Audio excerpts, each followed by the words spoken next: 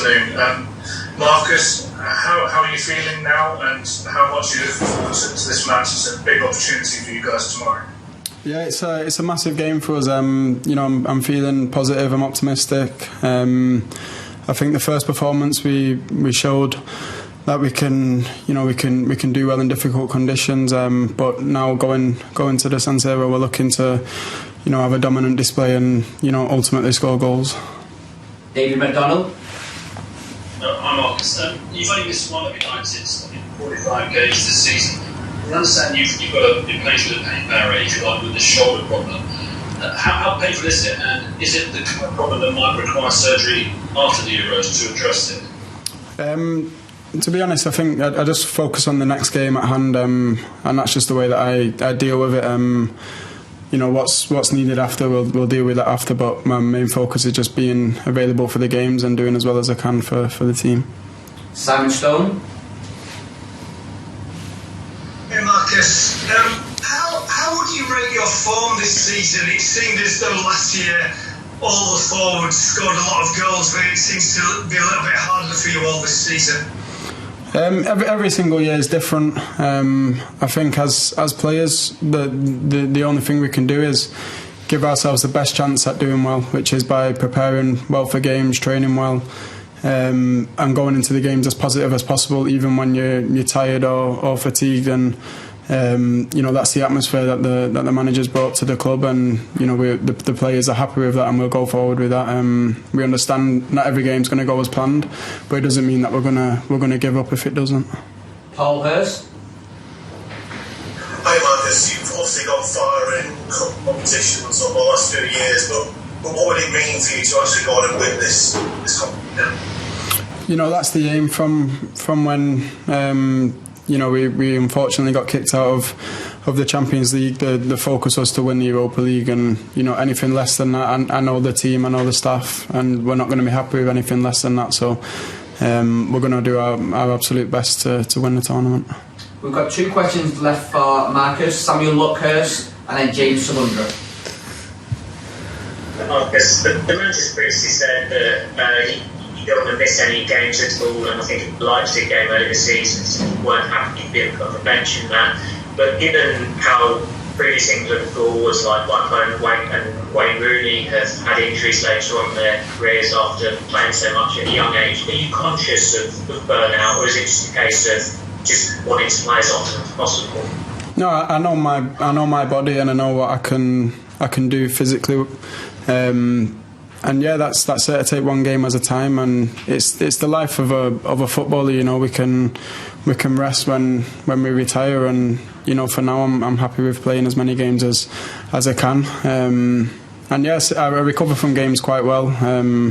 Injuries I recover from well, so I have no doubts or fears going into games. Last one for Marcus with James Savundra. Marcus, it looks like Zlatan Ibrahimovic may be available to play tomorrow.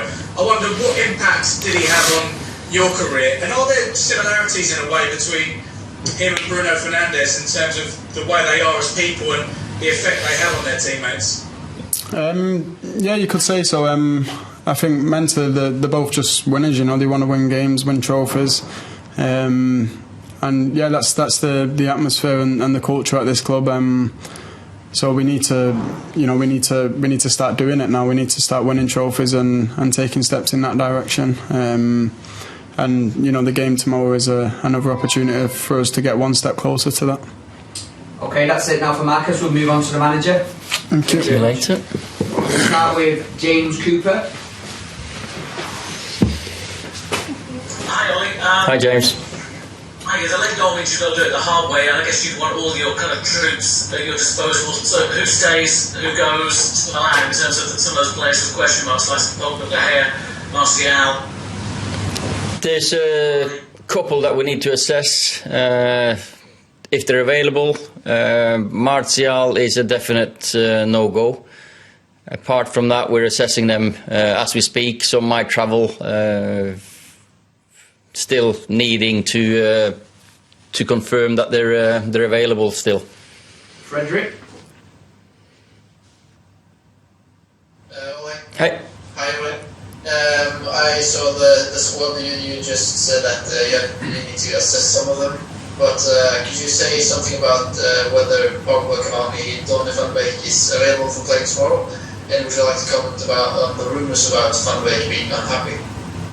There's always speculations here, and as I said, we're assessing them.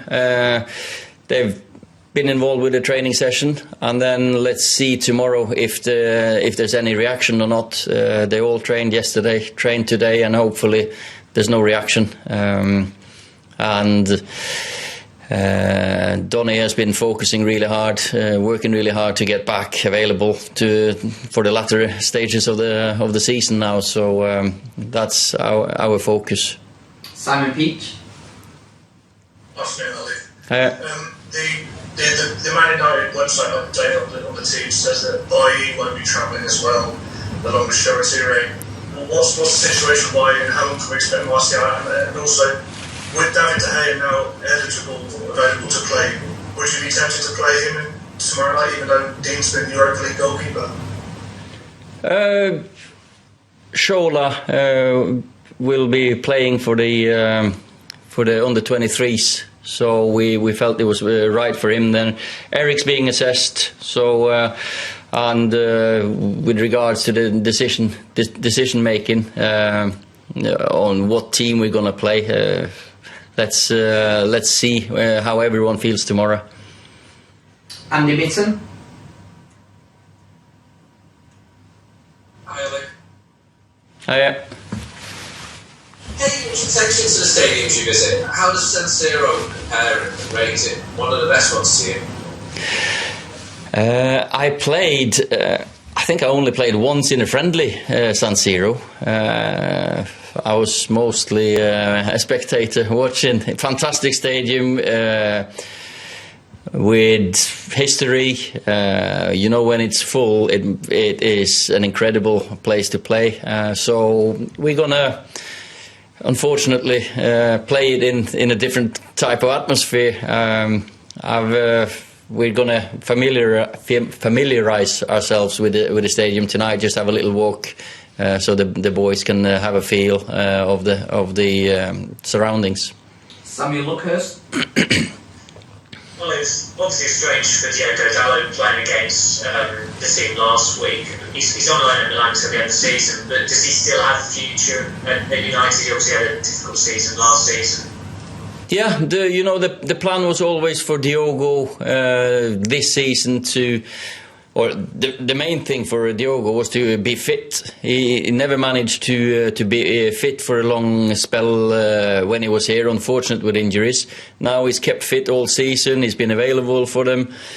He's playing at the big club, big expectations, great history of the club, so it's been a good year for him. So of course I've been very pleased with his development this season, and he's our players, and we're looking forward to having him back.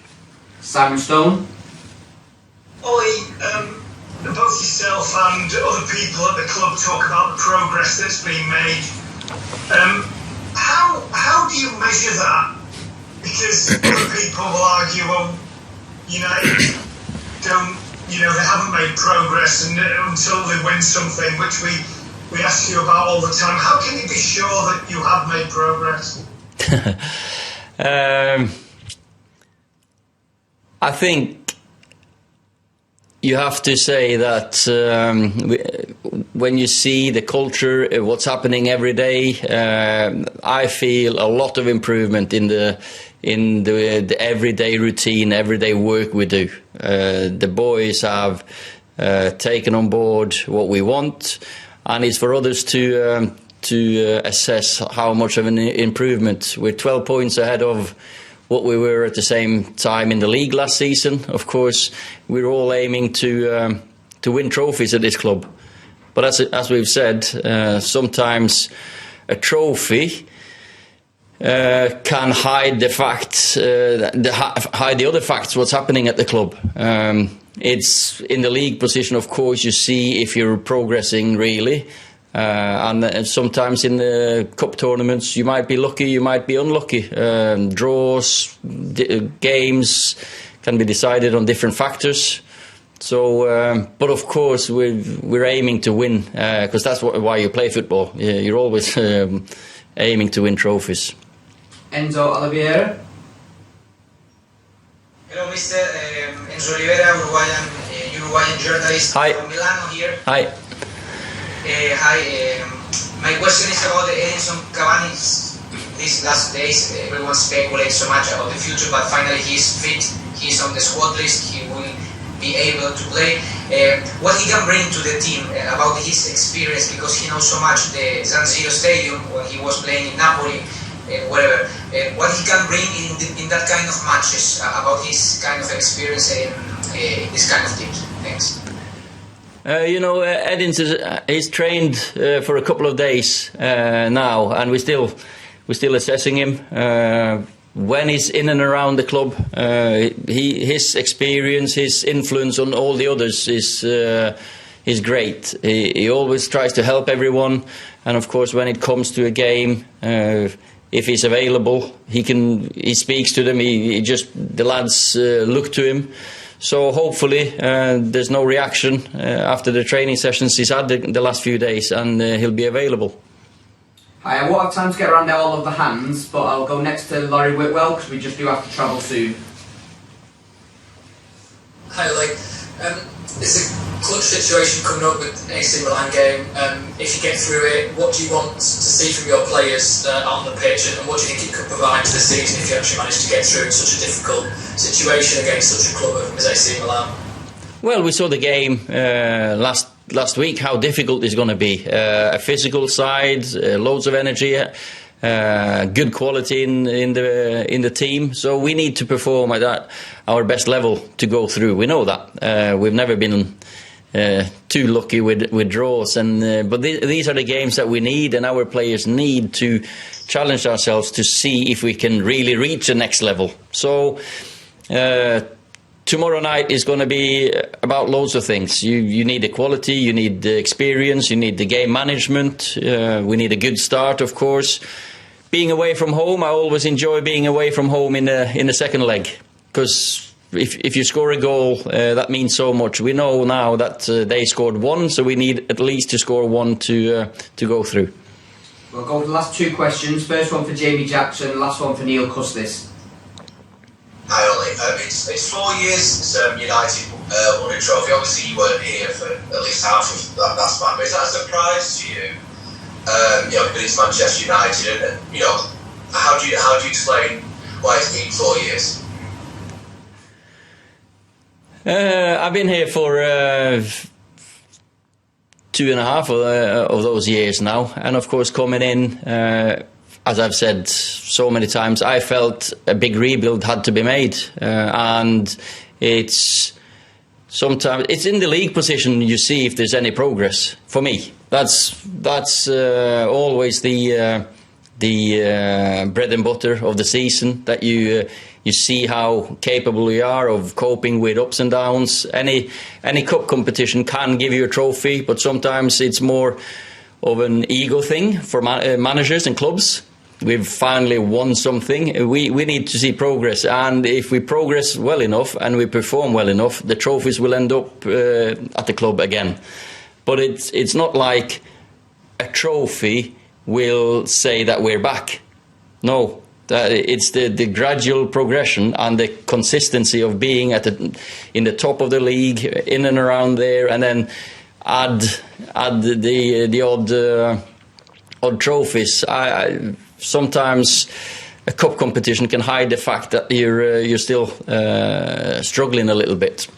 Last one for Neil Custis.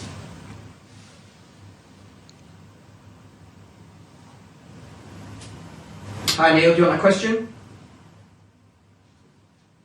Probably have to unmute. Right, can you hear me? There you go. You say that about the league, which obviously shows the consistency. Do you think some managers are just designed to be good cup managers and they can put those trophies on the table?